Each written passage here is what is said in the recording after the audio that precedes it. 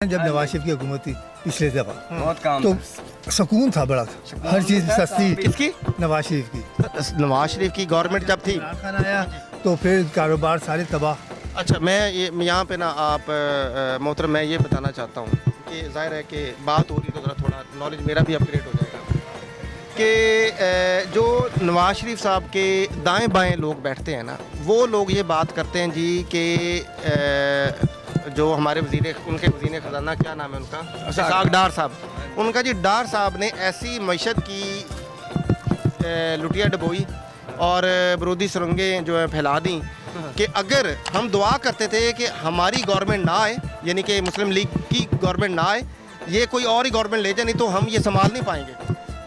चलो अल्लाह करे जो भी आए बेहतरी के चांस हों, बेहतर हुकूमत बनाए। या अगर नहीं नवाज शरीफ की आती किसी और की आएगी, चलो वो ले आए अच्छी को बेहतरी।